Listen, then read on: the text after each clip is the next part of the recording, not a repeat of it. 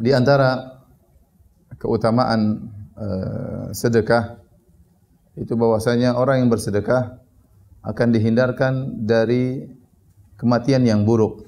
Kata Nabi sallallahu alaihi wasallam, "Sana'iul ma'ruf taqi masawi as-su' atau masari as-su'." Kata Nabi sallallahu alaihi wasallam, perbuatan-perbuatan baik, al-ihsan ilal ghair, melakukan kebaikan kepada orang lain, di antaranya bersedekah, berbuat baik kepada orang lain, ini akan mencegah dari masari as-su', mencegah dari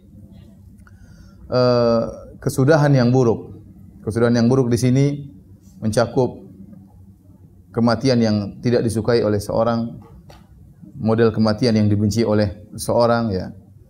Demikian juga termasuk dari su'ul khatimah, kematian dalam kondisi sedang bermaksiat kepada Allah Subhanahu wa taala. Seorang tidak tahu kapan dia meninggal dan bagaimana dia meninggal dunia. Dan kita semua berharap agar kita bisa meninggal dalam kondisi husnul khatimah, dalam kondisi yang baik, dalam kondisi yang menyenangkan. Sebelum meninggal mungkin bertemu dengan keluarga dan yang lainnya. Kita inginkan demikian. Di antara hal yang bisa mewujudkan cita-cita kita agar bisa meninggal dalam kondisi husnul khatimah, dalam kondisi yang menyenangkan, dalam kondisi yang tidak buruk adalah dengan berbuat baik kepada orang lain. Di antaranya sedekah. Ya, kata Nabi sallallahu alaihi wasallam, "Sana'iul ma'ruf", berbuat baik kepada orang lain.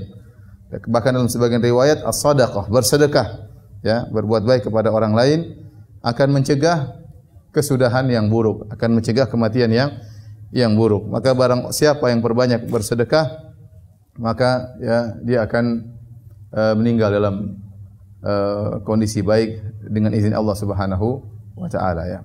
Saya mengenal seorang usianya 80 tahun lebih, salah seorang dari kerabat, ya. Orangnya sering sekali bersedekah kepada kerabat, pada keluarganya, ya, pada orang tuanya, pada sepupu-sepupunya, pada ponakan-ponakannya, sering dia bersedekah. Orangnya tidak begitu taat beribadah. Ya. Artinya kalau kita katakan salatnya pas-pasan, baca Qur'annya pas-pasan, ya. Bahkan dia baru mulai ibadah, tapi baru mulai ibadah tatkala di penghujung hayatnya. Sebelumnya ya hampir-hampir salat sering ditinggalkan, ya. Hampir jarang salat, ya.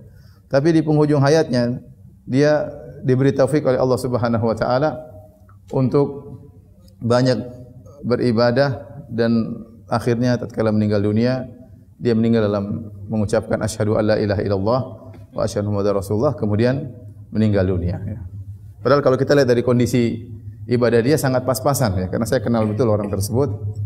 Tetapi di antara keistimewaan yang buat dia dikenal di antara kerabat adalah dia orangnya suka perhatian terhadap kerabat, sering berinfak kepada orang lain.